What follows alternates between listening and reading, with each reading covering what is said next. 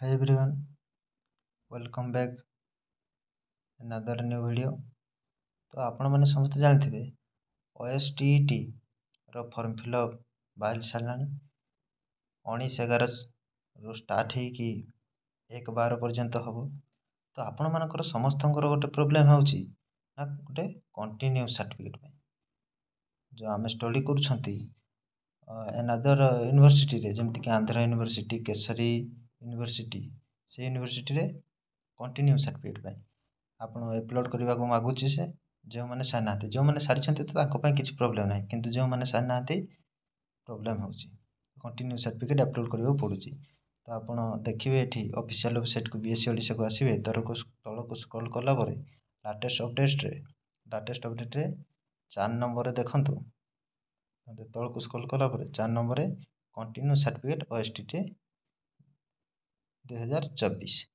तो आज आम देखा कंटिन्यू सर्टिफिकेट डाउनलोड करके केमती फिलअप करवा एवं अपलोड करवा। तो वीडियो को शेष पर्यंत देखंतु केमती फिलअप करवा। तो आपण मैंने देखिपे ये OSTET 2024 रो OSTET 2024 रो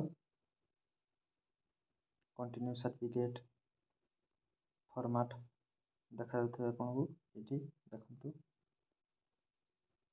तो प्रथम देछि कौन ना ऑफिस ऑफ द डेस्क ये जगह आप कौन करेंगे ना ऑफिस ऑफ द प्रिंसिपल कहीकि आप लिखिपर office of the principal number गोटे देछि सीरियल नंबर टी आप पकेबे जो दिन आपंकर कंटिन्यू सर्टिफिकेट से माने देइथिबे इश्यू करथिबे से डेट ये रहिबो।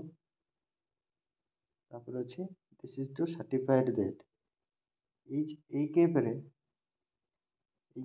आपंकर नाटा आपंकर नेम टी फिलअप करदेवे। Who has taken admission on ये आपंकर एडमिशन डेट टी आप लिखिए।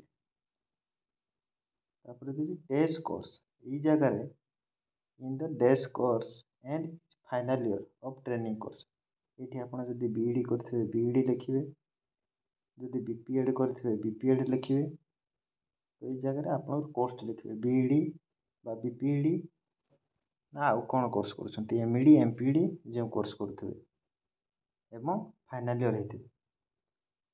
तो तापर देखो तलक स्क्रॉल करेंगे तलक देखिए ना full signature and date of the head of the institute with seal ये जमती गोटे आंध्र प्रदेश आंध्र नागार्जुन यूनिवर्सिटी रो गोटे कॉलेज रो ये देखंतु कंटिन्यू सर्टिफिकेट से सील और सिग्नेचर मारिकी एमती ही फिलअप करने को।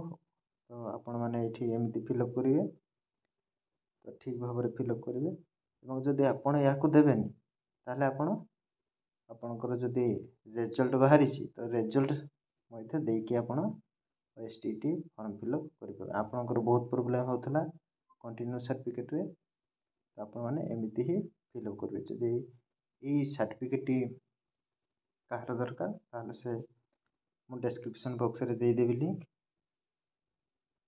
ना आपण कमेंट करेंगे मु आपको कांटेक्ट करी।